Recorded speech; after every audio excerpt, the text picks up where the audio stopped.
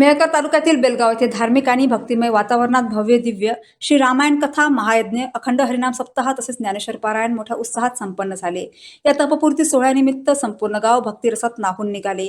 पांढरी शुभ्र टाळ वीणा आणि मृदंगाच्या सुरांनी परिसर भक्तिमय झाला होता।